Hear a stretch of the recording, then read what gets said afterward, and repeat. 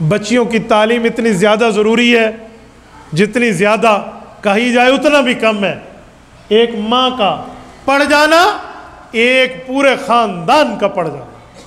ہم اپنے ماں باپ کے 12 بچے ہیں، 5 بھائی اور 7 بہنیں۔ میرے 2 بھائی فوت ہو گئے، 2 بہنیں بھی فوت ہو گئی ہیں۔ رب کریم ان کی قبر پہ کروڑوں اربوں رحمتیں نازل فرمائے۔ ہم 12 اولاد ہیں اپنے ماں باپ کے۔ میری 7 بہنوں کو میرے والد اور والدہ نے اللہ کے قرآن کی تعلیم دی ہے۔ مجھے اپنا بچپنا یاد آتا ہے، میں آخری نمبر پہ 12ویں نمبر پہ اپنے والدین کی آخری اولاد ہوں۔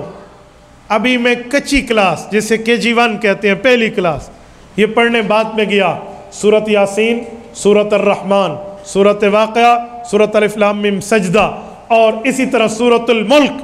یہ صورتیں اماں نے مجھے حفظ کرا دی تھی۔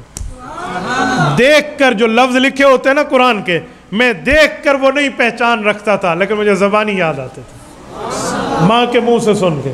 یہ فرعون اور حضرت موسیٰ علیہ السلام کا مقابلہ، یہ قارون کے ساتھ بحث، یہ آدم علیہ السلام اور شیطان کے واقعات، یہ نوح علیہ السلام اور نمرود کے معاملات، یہ رسالت مآب اور ابو جہل کے واقعات، یہ اماں نے مجھے بچپن میں اپنی گود میں بیٹھے حفظ کرا دیے تھے۔ ایک ماں کا پڑھ جانا۔ ہمارے نانا جی کی قبر پر رب کروڑوں رحمتیں برسائے، اس نے بھی تو اپنی بیٹی کو پڑھایا نا، اور اس پڑھانے کی وجہ سے آج جب میں کوئی تفسیر اور حدیث کی کتاب اٹھاؤں اور وہی واقعہ ہے جو اماں نے پڑھایا تھا، یقین مانے آنکھوں میں آنسو آ جاتے ہیں کہ رب اس کی قبر پہ کروڑوں اربوں رحمتیں نازل فرمائے۔ ایک ماں کا پڑھ جانا اولاد کا پڑھ جانا ہے، تو آپ اپنی اولادوں میں بچیوں کو کیوں نہیں پڑھاتے؟ یقین مانے ایک بچی کا پڑھ جانا ایک معاشرے کا پڑھ جانا، خاندان کا پڑھ جانا ہے۔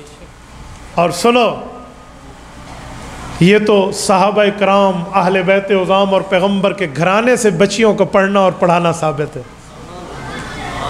اما عائشہ رضی اللہ تعالی عنہ فرماتی ہیں، یہ سورۃ قمر، یہ سورۃ نجم، سیہزم الجمع ویولون الدبر کی آیات، وَأَنَا حَدِيثَةُ السِّنِّ وَأَنَا عَلَب، ہمیں چھوٹی بچی تھی، کھیل کود کر رہی تھی جب یہ سورت اتری اور ان نے یاد کر لی۔ بچیوں کو پڑھانا تو یہاں سے معاملات میں میرے دوستو۔ رسالت مآب علیہ السلام کے گھر میں رسول اللہ کی بیویاں حضور پاک علیہ السلام سے وہ معلومات سمجھ رکھی تھی جو دنیا کو سمجھاتی تھی۔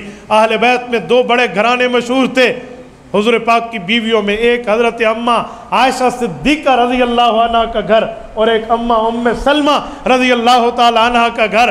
یہ وہ گھر ہوتے تھے جو دینی معاملات کے، دینی مذاکرات کے گڑھ شمار ہوتے تھے۔